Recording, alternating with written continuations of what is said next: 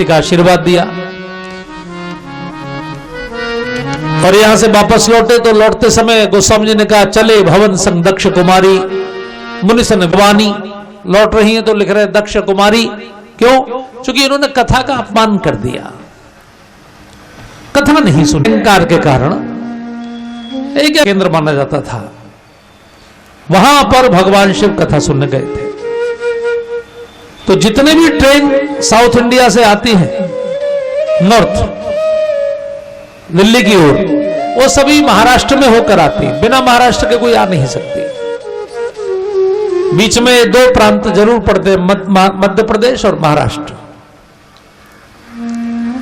तो महाराष्ट्र में होकर भगवान शिव गुजरे। वही इलाका था नासिक वाला जहां सुपर्णखा की नाक कटी थी। वो एक बड़ा शहर है महाराष्ट्र का नासिक, क्योंकि वहां सुपर्णखा की नाक कटी थी और नाक को संस्कृत में नासिका बोलते हैं, इसलिए उस शहर का नाम ही नासिक हो गया।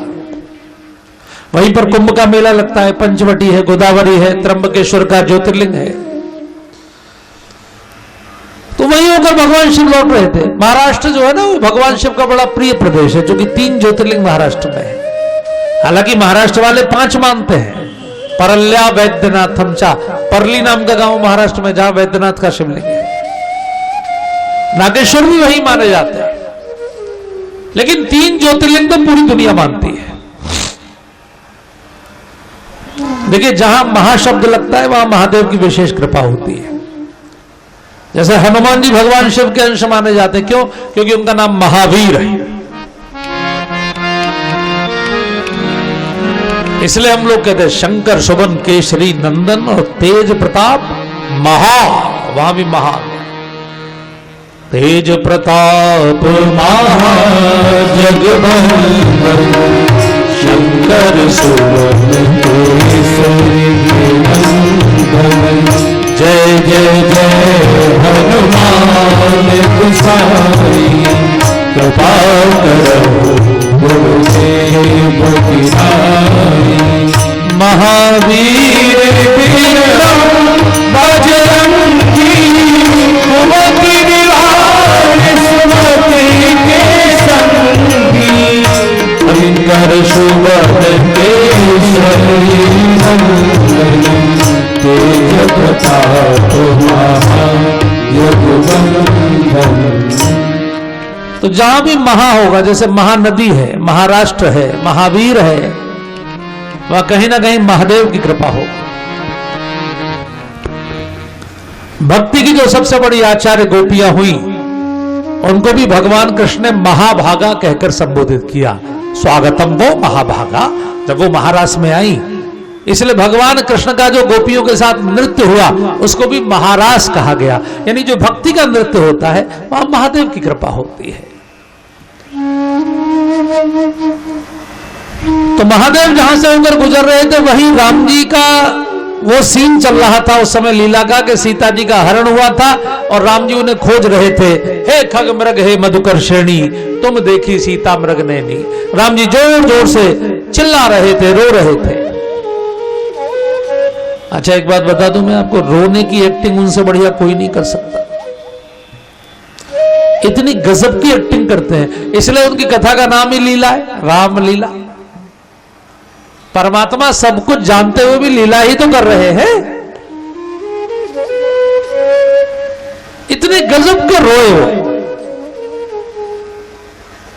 ऐसा तो कोई नहीं रोया होगा आज तक जैसे वो रोए। बाद में एक बार लक्ष्मण जी ने पूछा उनसे, जब जानकी जी मिल गई, जब रावण मर गया, रास्ते लक हो गया, एक दिन लक्ष्मण जी चरणों की सेवा कर रहे थे, पूछा प्रभु आप तो सब जानते थे, अंतर्यामी थे, फिर आप इतनी जोर जोर से क्यों रोए? भगवान ने कहा वो लीला करनी थी ना, वो अगर मैं नहीं रोता तो सती को मोह कैसे होता मुझे देखकर। ये मन में कंफ्यूजन कैसे आता कि मनुष्य है कि भगवान है। और एक और कारण था, बोले क्या? बोले दंडकारण्य में बहुत सारे ऋषि रहते थे, उनमें से बहुत सारे कच्चे मन के थे, कुछ तो पक्के थे। बोले कच्चे पक्के क्या होते हैं? अरे बोले कुछ ऋषियों के मन में था, साधु तो बन गए, लेकिन बुढ़ापा आने लगा तो सोचा कि बुढ़ापे में सेवा कौन करेगा। तो इन्होंने कहानी सुन रखी थी कि भगवान राम ने पैर से पत्थर को छू दिया था तो अहिल्या बन गई थी। तो जब मैं दंडकारण्य में इनके आश्रमों पे जाता था तो अपने दरवाजे पर एक शिला रखते थे। तो मैं सोचता था कि भगवान का स्वागत तो फूलों से होता है, ये पत्थर क्यों रख रहे हैं। तो मुझे ध्यान में आया कि ये कच्चे वाले ऋषि हैं जो अभी सांसारिक इच्छाओं से मुक्त नहीं हुए हैं, इनकी शादी की इच्छा है। इसलिए मैं इतनी जोर से रोया कि इन ऋषियों को समझ में आ जाए कि शादी के बाद कितना रोना पड़ता है। इसलिए कोई विवाह सुख ही प्रदान नहीं करता, कई बार रोना भी पड़ता है, जिससे कि इनके मन से शादी का विचार समाप्त हो जाए। भगवान इतनी जोर से रो रहे थे, तभी भोलेनाथ वहीं से गुजरे और भोलेनाथ ने भगवान को देखकर वहीं से जयकारा लगाया, ओ सच्चिदानंद भगवान की। अब सती ने अपने पति की ओर देखा, ये किसकी जय बोल रहे हैं, क्योंकि पूरी दुनिया तो इनकी जय बोलती है, हर हर महादेव बोलते हैं लोग, ये किनकी जय बोल रहे हैं। और भोलेनाथ तो आंखें बंद करके एकदम बिल्कुल पुलकित हो गए, रोम रोम पुलकित हो रहा था। सती ने पूछा, ये आप वाइब्रेशन मोड में कैसे चले गए, साइलेंट मोड में कैसे चले गए। अच्छा, जो व्यक्ति आनंदित हो जाता है वो फिर मौन हो जाता है, किससे बोले। वो आनंद का अनुभव कर रहे समय ठाकुर जी के दर्शन हो रहे हैं, जिनकी कथा सुनकर आए अभी अभी उनका दर्शन हो रहा है। तो सती ने पकड़ के, अरे सुनिए, भोलेनाथ ने कहा, हाँ, किसकी जय बोल रहे हैं, यहां जंगल में कौन है, दुनिया आपकी जय बोलती है, आप किनकी जय बोल रहे हैं। भगवान शिव ने कहा, आप भी बोलो। वो जो सामने दिखाई पड़ रहे हैं ना रोते हुए, वो भगवान हैं। सती ने कहा, भगवान है, भगवान ऐसे फटीचर वेश में, बनवासी वेश में, पेड़ों की छाल के कपड़े पहने हुए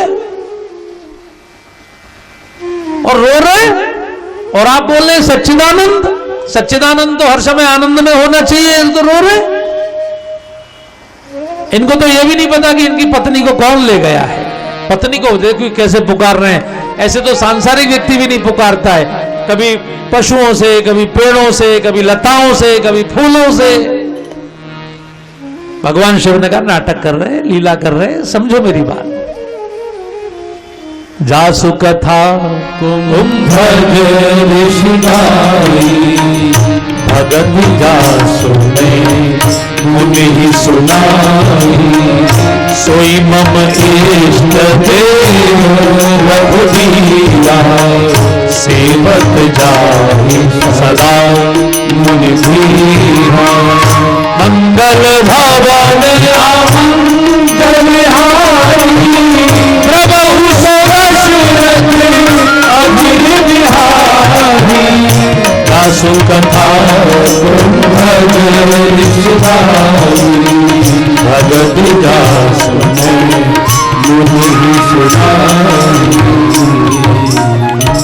भगवान शिव ने कह दिया, जो मेरे इष्ट हैं, जिनको मैं इष्ट मानता हूं, रामेश्वरम माने जो राम के ईश्वर हैं, जिनके ईश्वर राम हैं,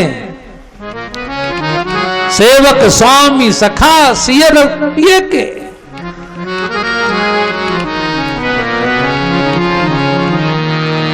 अब भगवान शिव ने इतनी बड़ी बात कह दी कि मेरे इष्ट देव हैं, जिनकी कथा हम लोग सुनने गए थे, जिनकी भक्ति देकर आए हैं। लेकिन सती कैसे माने, क्योंकि कथा तो उन्होंने सुनी नहीं थी। इसलिए ध्यान रखिएगा, जो कथा नहीं सुनेंगे वो क्या जान पाएंगे। उन्हें समझाइए भी मत, उनसे बहस भी मत करिए कभी, क्योंकि जब सुने ही नहीं तो कैसे मानेंगे। उन्हें आप कोई बात समझाएंगे और वो जानते नहीं है, तो फिर कैसे समझाएंगे। एक सज्जन थे, वो कभी कथा में नहीं जाते थे। पत्नी उनकी बहुत कहती थी कभी जाया करिए, पत्नी उनकी जाती थी।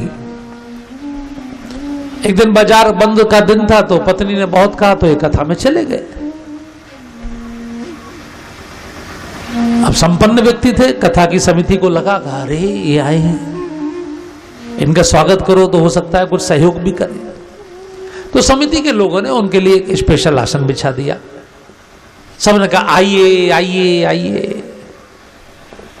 अब ये बैठे, बढ़िया आसन था, तो पीठ टेकी तो झपकी लग गई। ऐसी झपकी लगी कि पूरी 3 घंटे की कथा निकल गई और ये आनंद से सोते रहे। अच्छा, कथा में सोने में बहुत आनंद आता है, जो कि बहुत बढ़िया शास्त्रीय संगीत बजता है, वंशी बजती है।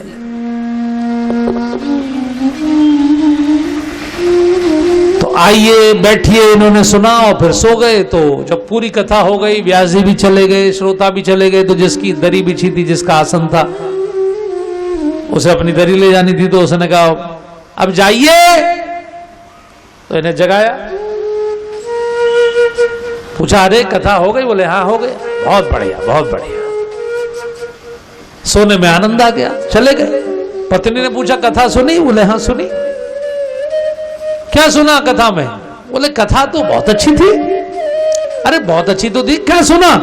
बोले 3 शब्द सुने, आइए बैठिए जाइए। पत्नी ने भी सोचा कि कितना अहंकारी आदमी है, जैसे तैसे तो कथा में गया और 3 घंटे में 3 शब्द।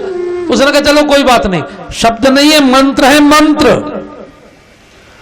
इन्हें जपोगे तो सिद्ध हो जाएंगे। अब चूंकि कथा में सो लिए तो नींद ना आवे रात में, पत्नी तो सो गई, इन्हें नींद नहीं आ रही थी। तो इन्हें ध्यान आया कि पत्नी ने कहा कि वो जपिए तो सिद्ध हो जाएंगे। तो बार बार लेटे लेटे बोले आइए बैठिए जाइए। तभी इनके घर में एक चोर कूदा, चोरी करने के लिहाज से खिड़की से चोर कूदा। जैसे ही चोर कूदा तो इन्होंने कहा आइए। अब वो चोर घबरा गया, उसको लगा कि बाबूजी ने देख लिया, एकदम घबरा गया, भागने को हुआ। तो इन्होंने कहा बैठिए। ओ तो वो चरणों में बैठ गया, माफ कर दीजिए बाबूजी, माफ कर दीजिए। अरे भाई कौन हो? अरे क्यों मजाक कर रहे हैं, आपने तो पहचान ही लिया है, क्यों मजाक कर रहे हैं? और गलती हो गई और बड़ी मजबूरी थी, इसलिए चोरी करनी पड़ी। तो इन्होंने बत्ती बत्ती जलाई, देखा चोर बैठा है। उसने कहा बाबूजी किसी से कहना मत, जो बेचारा दूसरी जगह से चुरा के लाया वो भी चढ़ा गया, किसी को बताना मत बाबूजी। इन्होंने कहा जाइए। चला गया। पत्नी उठ के बैठी, क्या हुआ? इन्होंने पत्नी को जगाया और पत्नी से कहा कथा तो वास्तव में बहुत सिद्ध है, एक ही दिन में मंत्र भी सिद्ध हो गया और माल भी आ गया, देखो। तब पत्नी ने कहा कि सचमुच की कथा में से झूठ मूठ के 3 अक्षर ले आए थे और उन्हें भी कल्याण कर दिया, चोरी बचा दी। अगर सचमुच की कथा ले आते तो जीवन के सद्गुणों को चुराने वाले जितने विकार हैं वो भी समाप्त हो जाते और पूरा जीवन धन्य हो जाता। तो इसलिए भैया बड़ा मुश्किल है। भगवान शिव अपनी पत्नी को समझा रहे हैं, लेकिन वो समझने को तैयार नहीं है। वो कह रहे मेरे इष्ट देव हैं, तो भी नहीं मान रही। कैसे मान लो इष्ट देव है? इनको तो यही नहीं पता कि कौन इनकी पत्नी को ले गया है। तो जो नहीं सुनेंगे उनको भरोसा नहीं होगा, क्योंकि वो जानेंगे ही नहीं। मंगल भवन अमंगल हारी, बहु सुदर्शन अजिर बिहारी, जासु कथा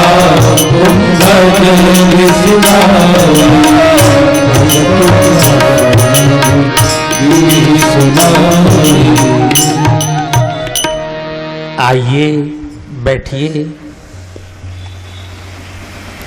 बहुत सुंदर मिठाई आप लाए। अब मैं कथा करूं कि मिठाई देखो, मेरे मुंह में भी अब मीठा मीठा रस आ रहा है, बहुत सुंदर। पत्नी नहीं मानी, उन्होंने कहा मैं नहीं मानूंगी, मैं परीक्षा लूंगी। भगवान शिव ने कहा भगवान की परीक्षा? बोले हाँ परीक्षा लूंगी, कैसे भगवान है। भगवान शिव ने कहा ठीक है परीक्षा ले लो। तो परीक्षा लेने को इन्होंने सीता जी का वेश बनाया। अच्छा एक बात सोचिए, परीक्षा कौन ले सकता है? 10वीं क्लास की परीक्षा की कॉपी कौन जांचेगा? जो कम से कम 10वीं से ज्यादा पढ़ा हुआ होगा वही तो जांचेगा। इसका मतलब है भगवान की परीक्षा कौन ले सकता है? जो भगवान से भी ज्यादा योग्य हो।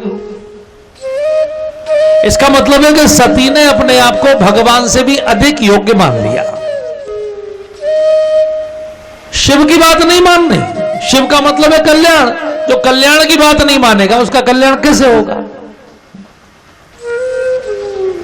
तो सती नहीं मानी, परीक्षा लेने जा रही है। भगवान शिव ने इस समय एक चौपाई बोली, बड़ी सुंदर चौपाई। आप जितने लोग बैठे हैं, आज तीसरा दिन है, अब तक कोई चौपाई याद ना हुई चिंता मत करिए। एक चौपाई सब लोग जरा याद कर लीजिए, बहुत ही प्यारी चौपाई है। होई है सोई जो रचना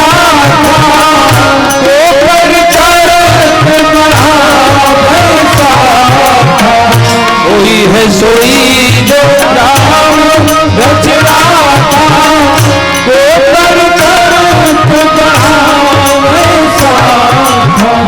श्री राम जय राम जय जय राम श्री राम जय राम जय जय राम श्री राम जय राम जय जय राम श्री राम जय राम जय जय राम। भगवान शिव ने ये चौपाई बोली जब सती ने उनकी बात नहीं मानी। आप जितने लोग बैठे हैं, आप सबको ये अनुभव होगा कि घर के लोग हमेशा आपकी बात तो मानते नहीं है। कभी पत्नी की बात ठीक हो तो पति नहीं मानते, कभी पति की बात ठीक हो कई बार पत्नी नहीं मानती, कई बार पुत्र नहीं मानता, कई बार भाई नहीं मानता, कई बार पिता नहीं मानते, कई बार जिनको आप सबसे अच्छा मित्र मानते हैं वो नहीं मानते। ऐसे जो अपने खास लोग होते हैं उनमें हमेशा ऐसी बात तो नहीं है कि आपकी हर बात मानी जाए। तो अगर कोई आपकी बात ना माने तो भगवान शिव सिखा रहे हैं कि टेंशन में मत आइए, समझाने की कोशिश करिए। ना माने तो सोच लीजिए होई है सोई जो राम रचि राखा। अब उनकी पत्नी उनके भगवान को प्रणाम करने को तैयार नहीं है, परीक्षा लेने जा रही है, लेकिन उन्होंने क्रोध नहीं किया। उन्होंने समझाने की कोशिश की, नहीं मानी तो सोच लिया होई है सोई जो राम रचि राखा। ये बहुत बड़ा सूत्र है, क्योंकि जो टेंशन होती है वो अपने ही लोगों से होती है, पराये से टेंशन कभी नहीं होती।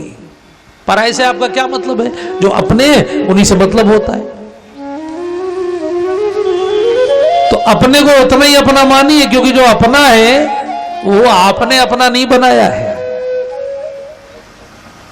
राम जी ने बनाया है। अच्छा आप बताइए, आपका जन्म जिस घर में हुआ वो आपने फॉर्म भरा था कि राम जी ने करवाया?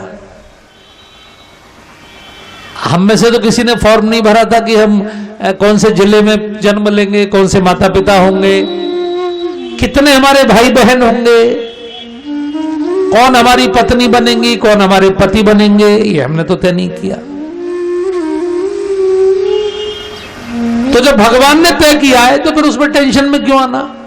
उनके स्वभाव भी भगवान ने तय किए हैं।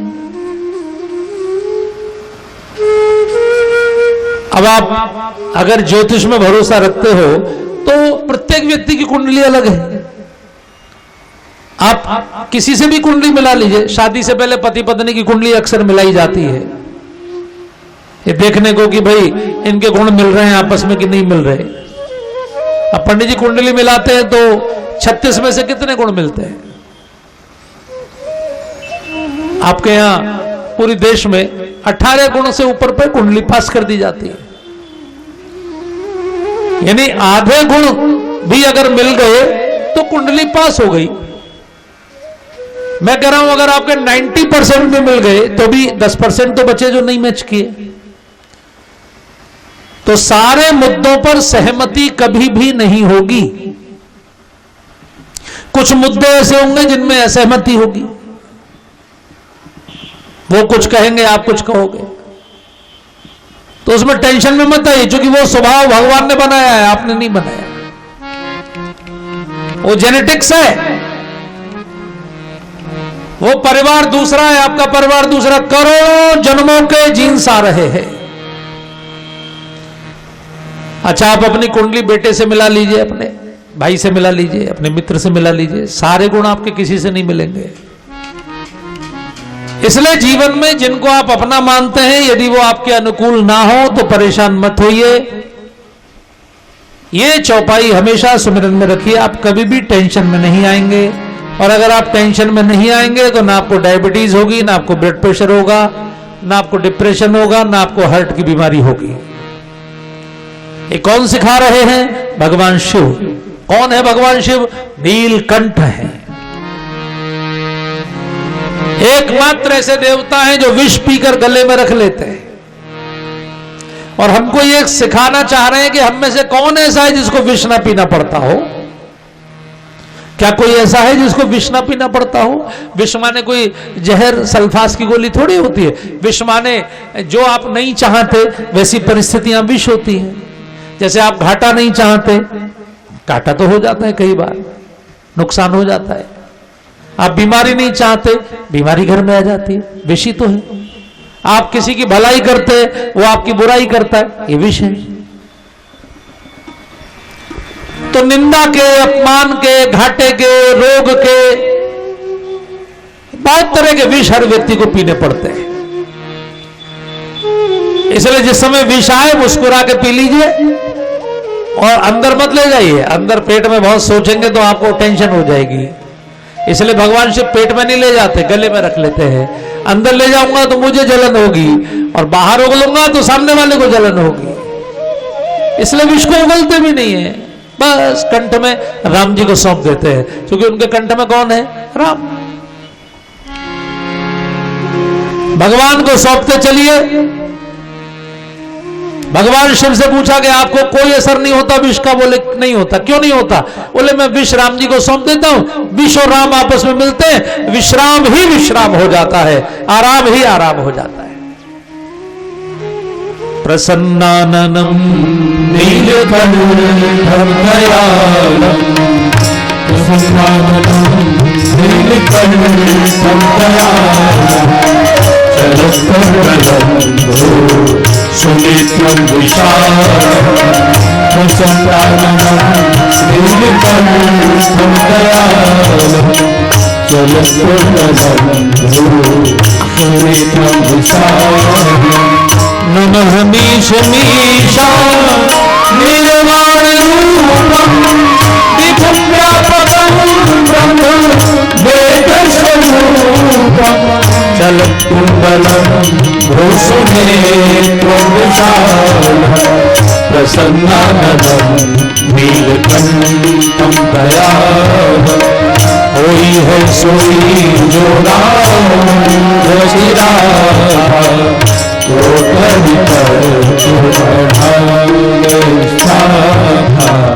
सीताराम सीताराम सीताराम नहीं है जाहि बिरा तेरा, ताहि भी नहीं है। सीताराम सीताराम सीताराम नहीं है जाहि बिरा तेरा, ताहि भी नहीं है। अपनी कोशिश पूरी करिएगा लेकिन चेहरा मत बिगाड़िएगा। भगवान शिव ने कोशिश पूरी की, कर्म पूरा किया, पत्नी को समझाया, नहीं मानी तो हुई है सोई जो राम ने चिराखा कहकर मुस्कुरा दिए और कहा जाइए परीक्षा ले आइए। सीता जी का रूप बना लिया सती ने। अब सीता जी का रूप तो बना लिया लेकिन सीता जी जैसी बुद्धि कहां से आए? तो सीता जी चलती थी भगवान के पीछे पीछे, अब ये चलने लगी आगे आगे। अब लक्ष्मण जी ने इशारा किया भैया, आंखों ही आंखों से इशारा किया कि भाभी तो वो जा रही है आगे आगे। भगवान ने कहा आपकी भाभी जी नहीं है, क्योंकि वो कभी मेरे आगे नहीं चली। ये तो लगता है कि मॉडर्न मैम है।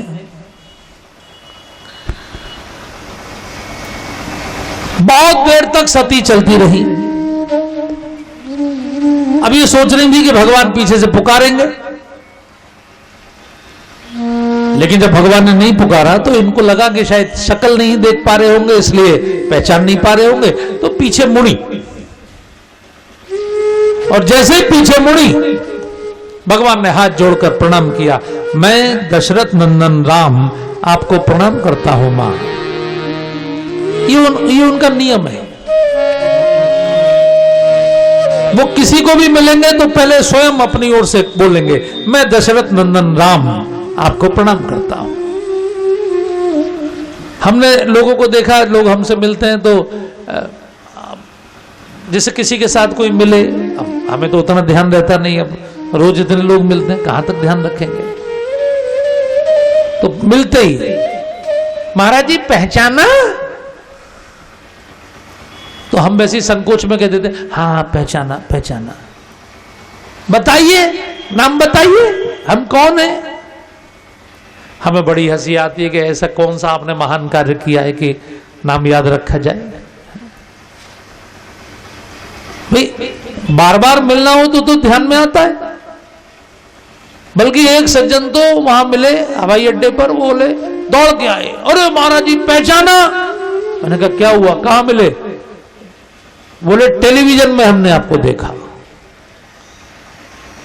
तो मैंने कहा मैंने पहचान लिया आपको। बोले आपने कैसे पहचाना? मैंने कहा आपने मुझे टीवी में देखा, मैंने आपको टीवी में से ही देखा। अब क्या बताएं? तो कभी भी किसी से मत कहिए कि पहचाना, हमेशा अपना परिचय पहले आते ही देना चाहिए।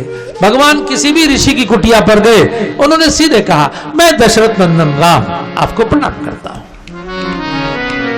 छोटे भाई लक्ष्मण के साथ, अपनी पत्नी सीता के साथ अपना परिचय पहले देना।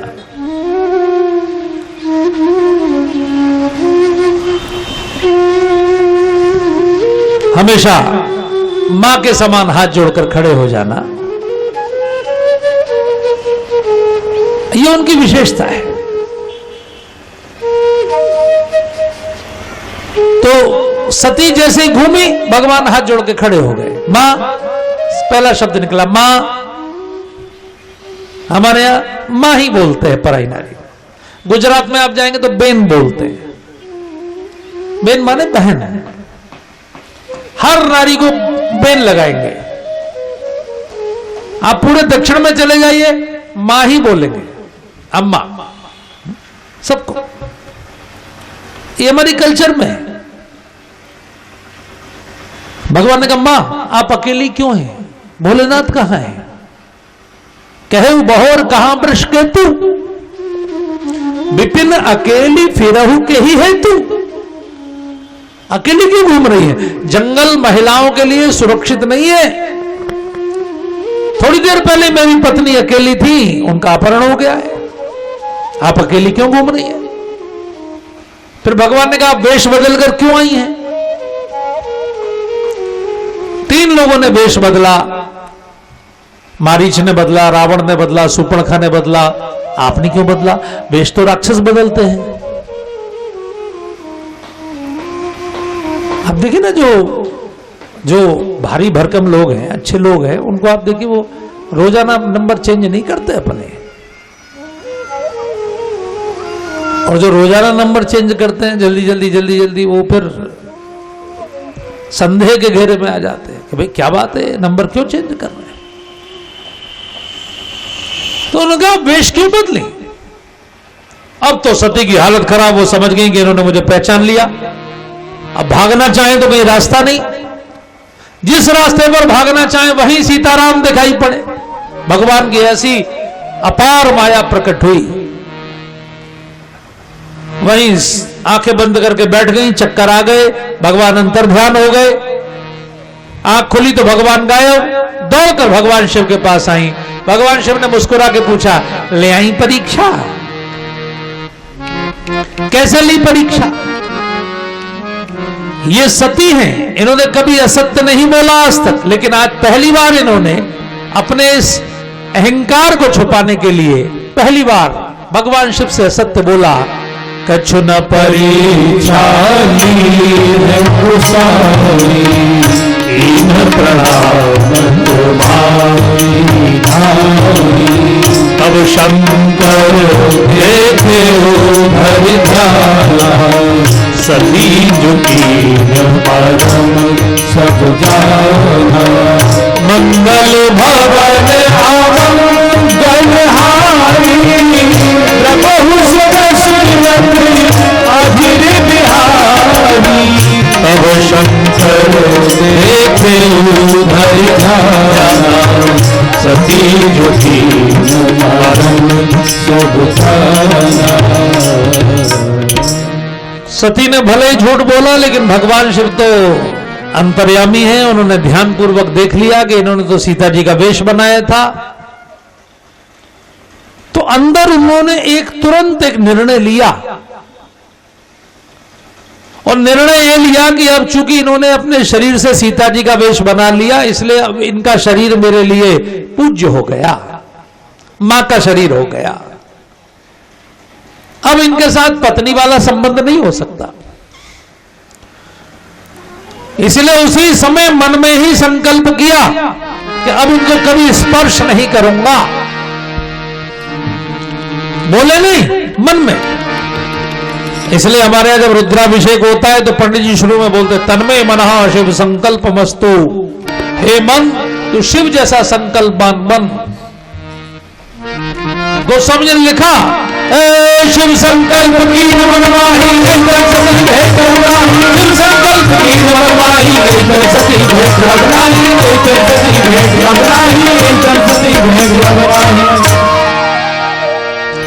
देवताओं ने जय जयकार की।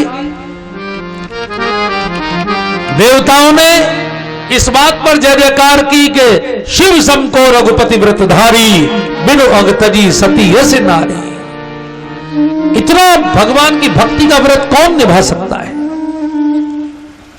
ये ध्यान रखिए कि सती ने कोई पाप नहीं किया है, किसी का पैसा नहीं मारा है, किसी के साथ हिंसा नहीं की है, किसी को छल नहीं किया है। लेकिन भगवान शिव इतने मर्यादावान हैं भक्ति के क्षेत्र में, इसलिए वो सबसे बड़े वैष्णव माने जाते हैं। वैष्णवा नाम यथाम शंभु, उनका उदाहरण दिया जाता है। वैष्णव हो तो कैसा हो? बोले शंभु जैसा हो। कितना बड़ा व्रत निभाया है। हमारे पश्चिमी उत्तर प्रदेश में अभी 100 साल पहले, 125 साल पहले एक बाबू साहब थे, ठाकुर साहब।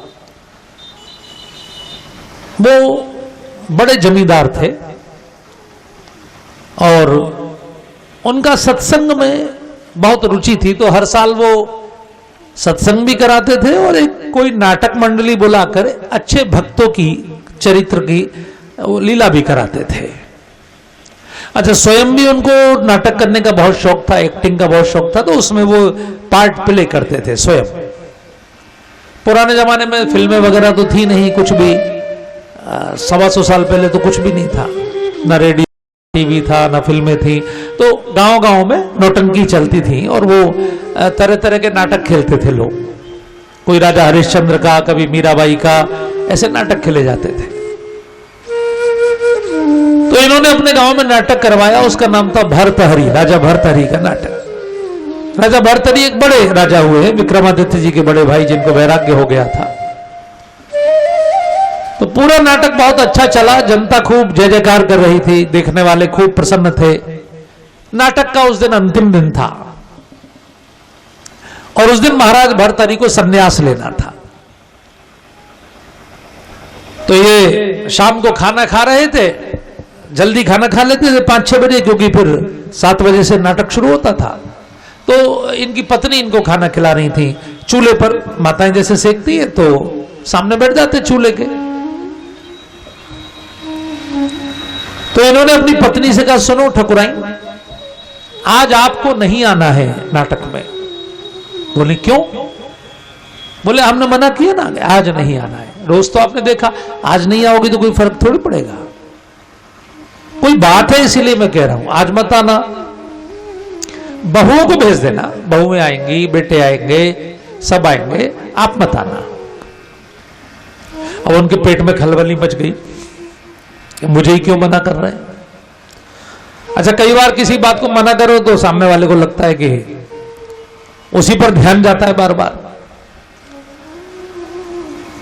तो ठाकुर साहब चले गए एक्टिंग करने और इनका मन नहीं माना, पूरे परिवार को भेजकर बाद में ताला लगा के, कुंडी लगा के ये भी चुपचाप चली गई और सामने जाके नहीं बैठी।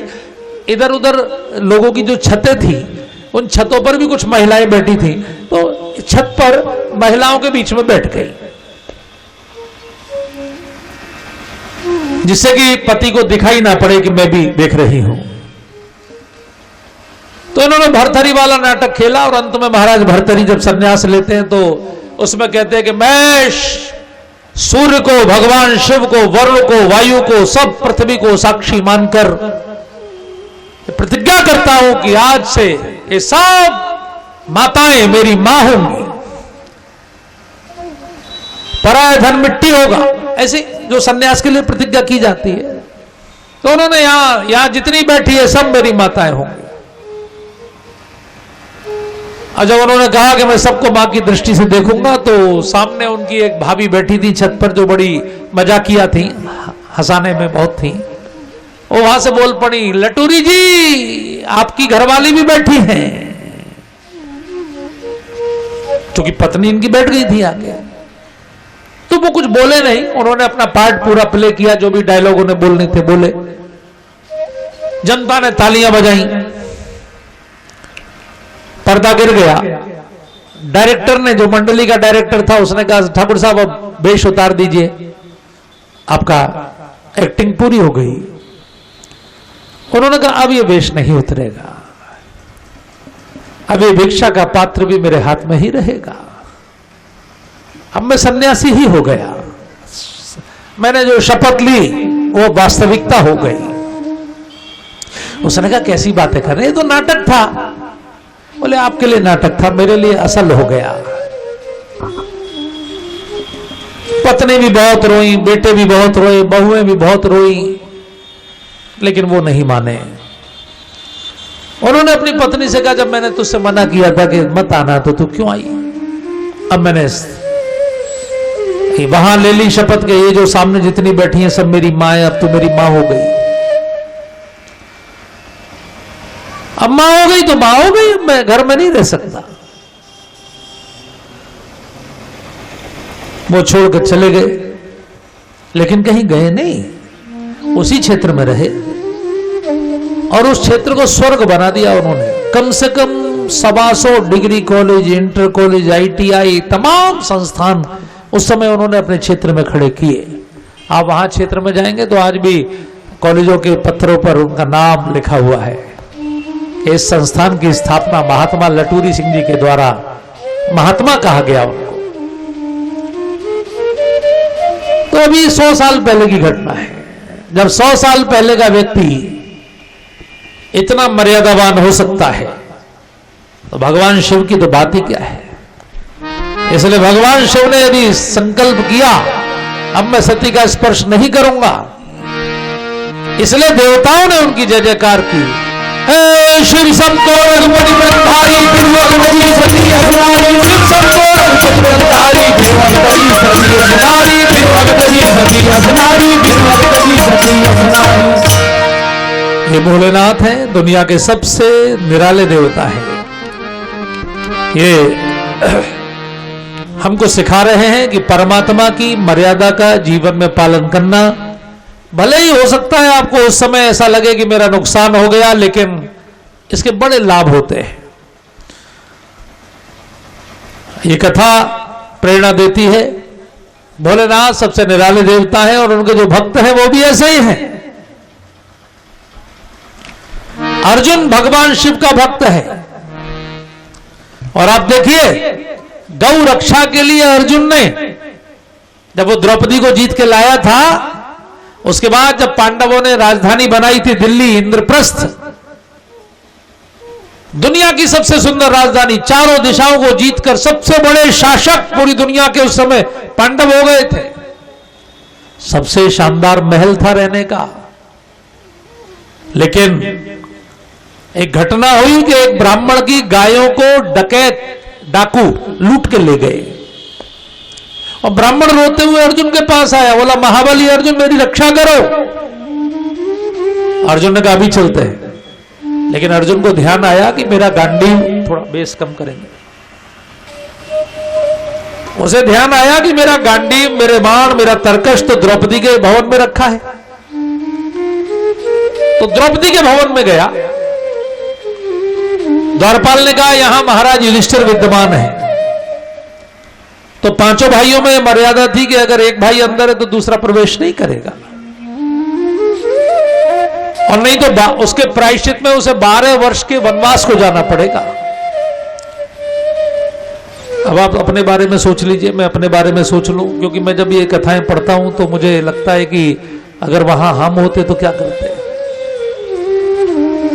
अगर गायों की रक्षा के लिए हमको लगता कि अगर हमने रक्षा की तो 12 साल जाना पड़ेगा वनवास में, तो हम बिल्कुल ना जाते।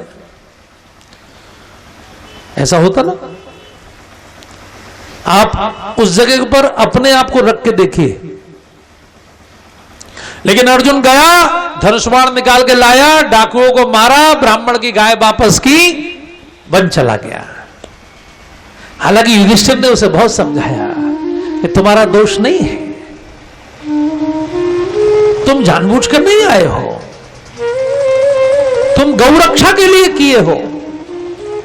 युधिष्ठिर ने यह भी कहा कि बड़े भाई के सामने छोटा भाई आ सकता है, छोटे भाई के सामने बड़ा भाई नहीं आ सकता। लेकिन अर्जुन नहीं रुका, उसने कहा नहीं, जो नियम है वो नियम है। ये जो पात्रता है, गौ रक्षा के लिए जो व्यक्ति दुनिया के सबसे शानदार महल को 12 साल छोड़ सकता है, उस व्यक्ति के साथ परमात्मा अपनी इकलौती बहन की शादी करते हैं, सुभद्रा की। उसका रथ हाँकते हैं, उसको विराट स्वरूप दिखाते हैं और उसको भगवत गीता का उपदेश करते हैं। परमात्मा ऐसे नहीं रीझ जाते हैं, क्वालिटी देखते हैं। भगवान शिव हमको क्वालिटी सिखा रहे हैं, इसलिए इतना बड़ा काम उन्होंने किया है। मैं चाहूंगा कि एक बार खड़े होके भगवान शिव के लिए और एक भजन जरा ताली बजाकर मेरे साथ गाएंगे।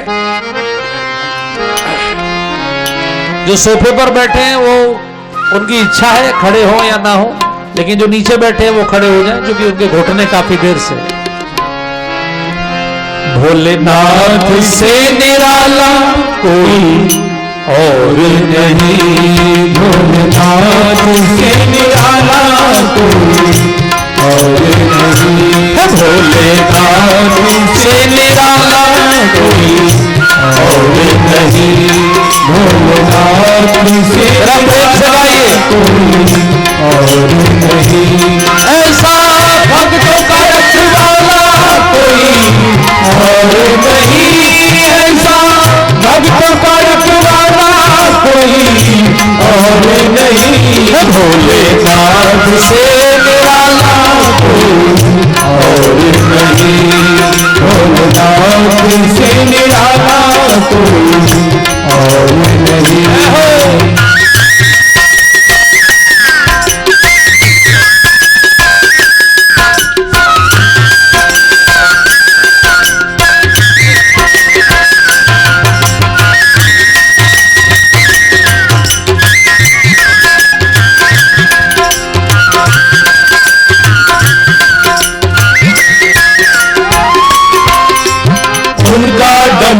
जब जब बोले अगम निगम के भेद ये खोले, अगम निगम के भेद ये खोले, अगम निगम के भेद ये खोले। उनका डमरू जब जब बोले अगम निगम के भेद ये खोले, अगम निगम के भेद ये खोले, अगम निगम के भेद ये खोले। ऐसा डमरू बजाने वाला कोई और नहीं, ऐसा डमरू बजाने वाला कोई और नहीं, भोलेनाथ से निराला कोई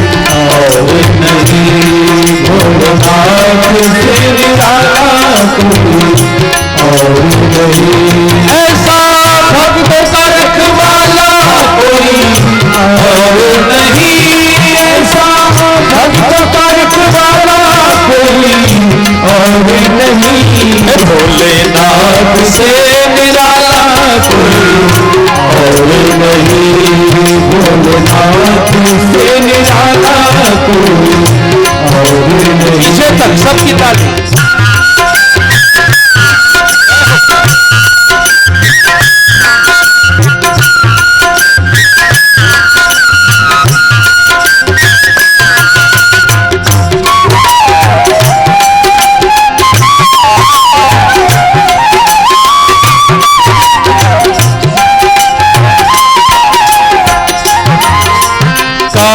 जब जब करवट बदले करम चमकते अगले पिछले करम चमकते अगले पिछले करम चमकते अगले पिछले काया जब जब करवट बदले करम चमकते अगले पिछले करम चमकते अगले पिछले करम चमकते अगले पिछले। ऐसा बोध कराने वाला कोई और नहीं, ऐसा बोध कराने वाला कोई और नहीं। भोलेनाथ से निराला कोई और नहीं, भोलेनाथ से निराला कोई और नहीं। भोलेनाथ से निराला कोई और नहीं, भोलेनाथ से निराला और नहीं।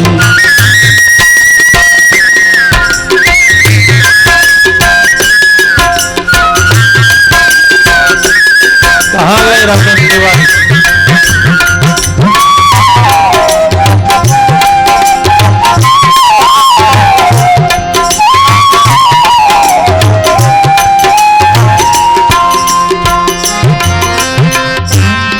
अब देखिए एक पद है और गा लीजिए। आपकी ताली भी बजे, आप अपने मुख से भी गाएं, तब आनंद आएगा।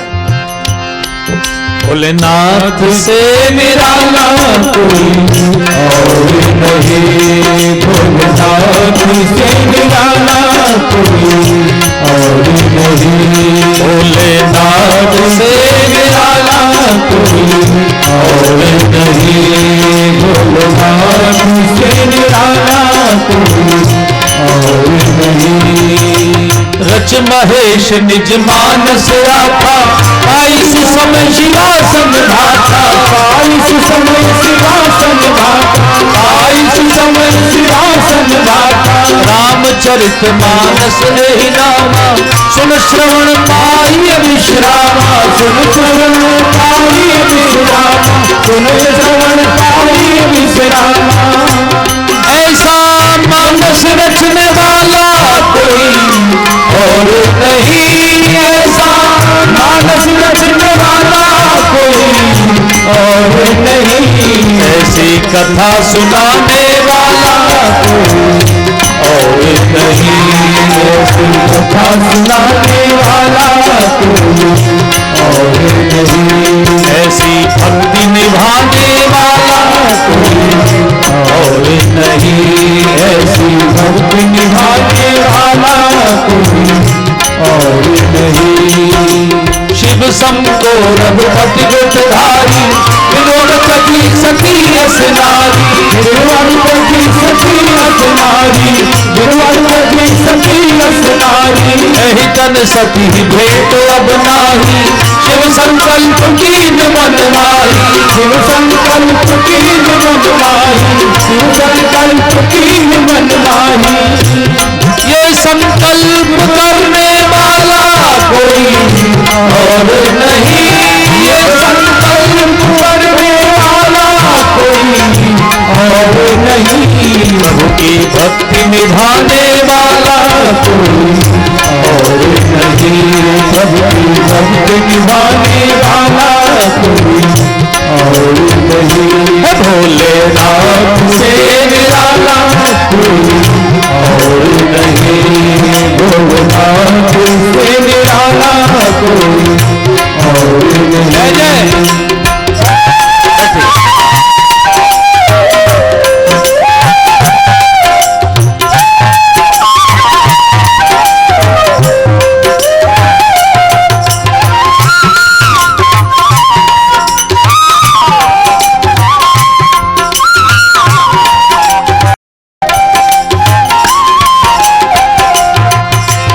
हरे राम राम राम हरे हरे, हरे कृष्ण कृष्ण हरे हरे, हरे कृष्ण कृष्ण कृष्ण हरे हरे, हरे कृष्ण कृष्ण कृष्ण हरे हरे, हरे राम राम राम हरे हरे, हरे कृष्ण कृष्ण कृष्ण हरे हरे, हरे कृष्ण कृष्ण कृष्ण हरे हरे, हरे कृष्ण कृष्ण कृष्ण हरे हरे। ऐसा वचन निभाने वाला कोई और नहीं, ऐसा वचन निभाने वाला कोई और नहीं, ऐसा मानस रचने वाला कोई और नहीं, ऐसा मानस रचने वाला कोई और नहीं, भोलेनाथ से निराला कोई और नहीं, भोलेनाथ से निराला कोई और नहीं।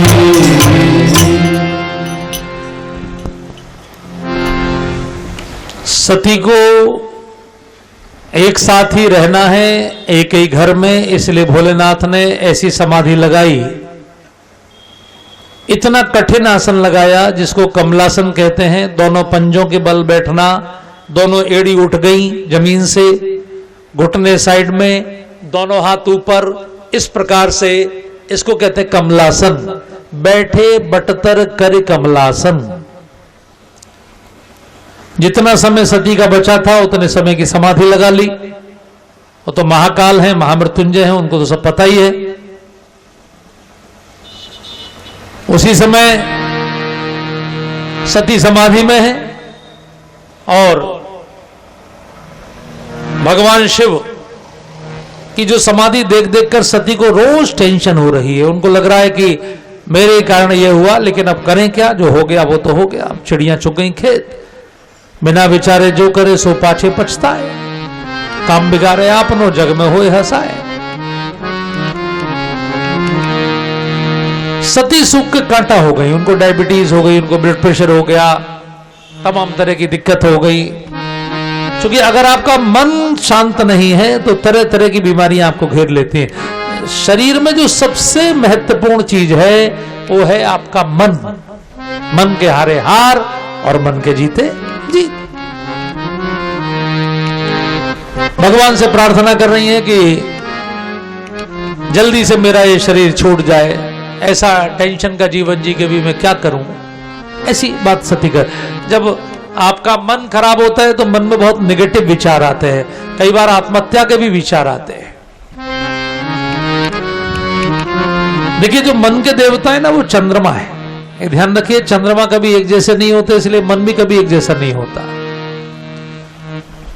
मां के चरणों में जितना दिख बैठेंगे, मां के चरणों का स्पर्श करेंगे, मां के चरणों का आशीर्वाद लेंगे तो मन काफी अच्छा रहता है। क्योंकि जो चंद्रमा है उसकी जो शक्ति है वो मां के आशीर्वाद से बढ़ती है, ऐसा हमारे ज्योतिष का मत है।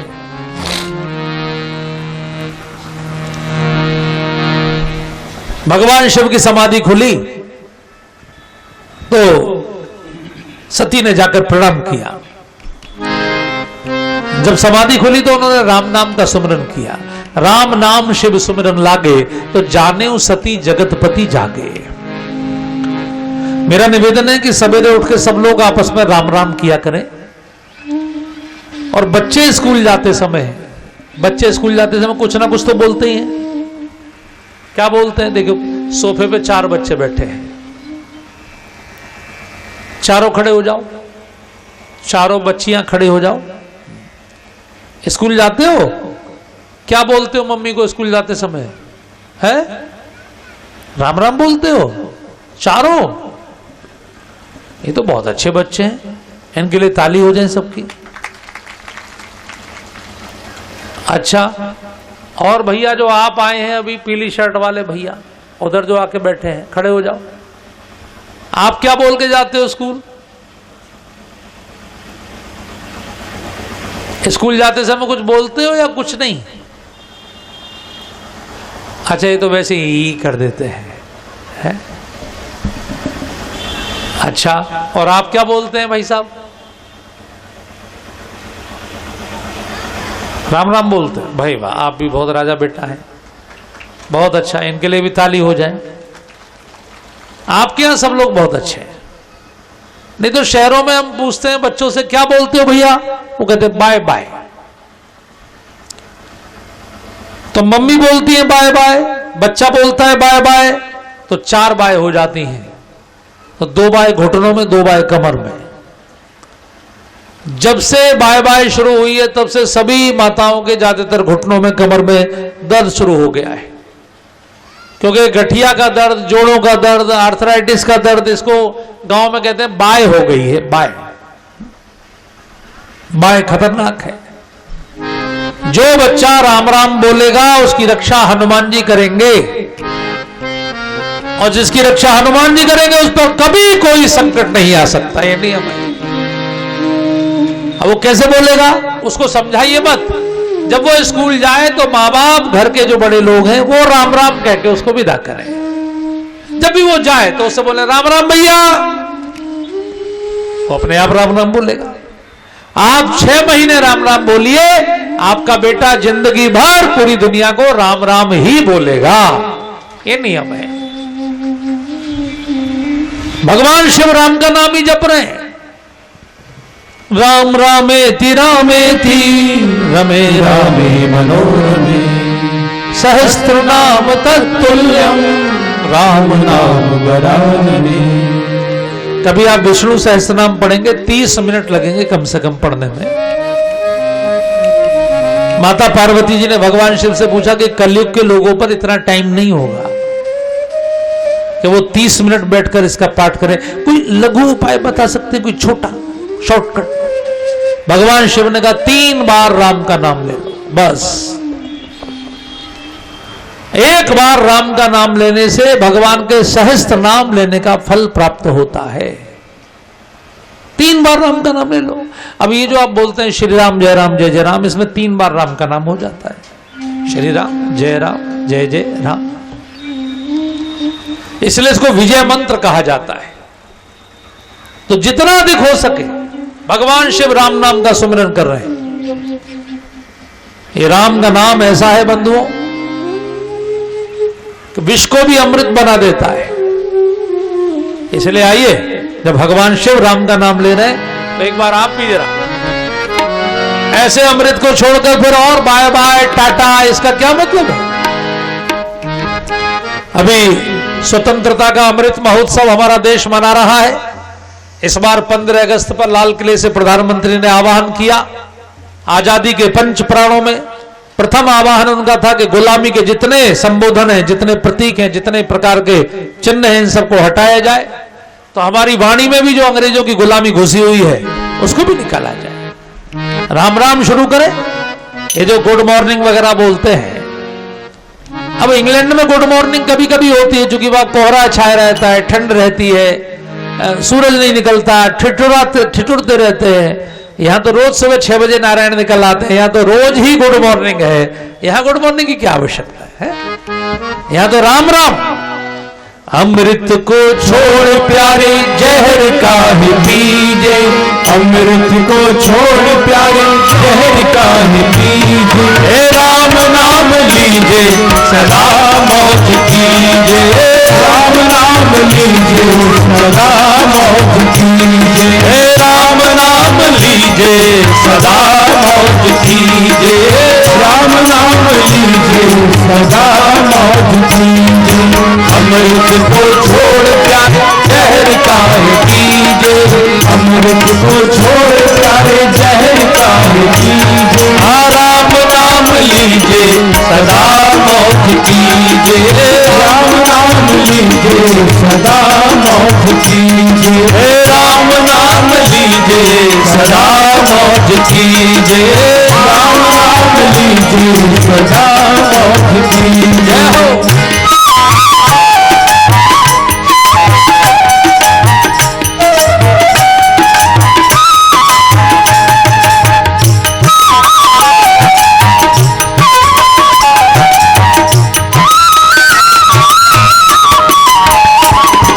मीठा राम की कथा, मीठा राम नाम है, मीठी से और कौन है बता, मीठा राम रूप से और कौन है बता, मीठा राम रूप से और कौन है बता, मीठा राम रूप से और कौन है बता। बोलो इस मिठास पर,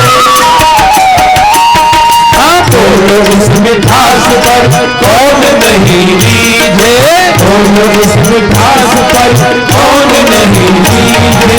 राम नाम लीजे सदा मौज कीजे, राम नाम लीजे सदा मौज कीजे।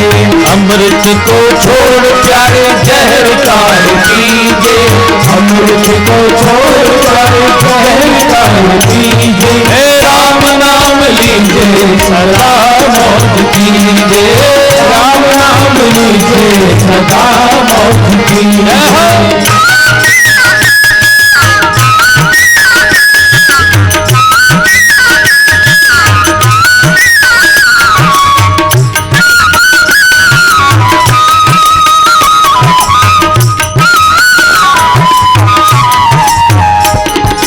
काम क्रोध की घनी धूप चिलचिला रही, काम क्रोध की घनी धूप चिलचिला रही है, काम क्रोध की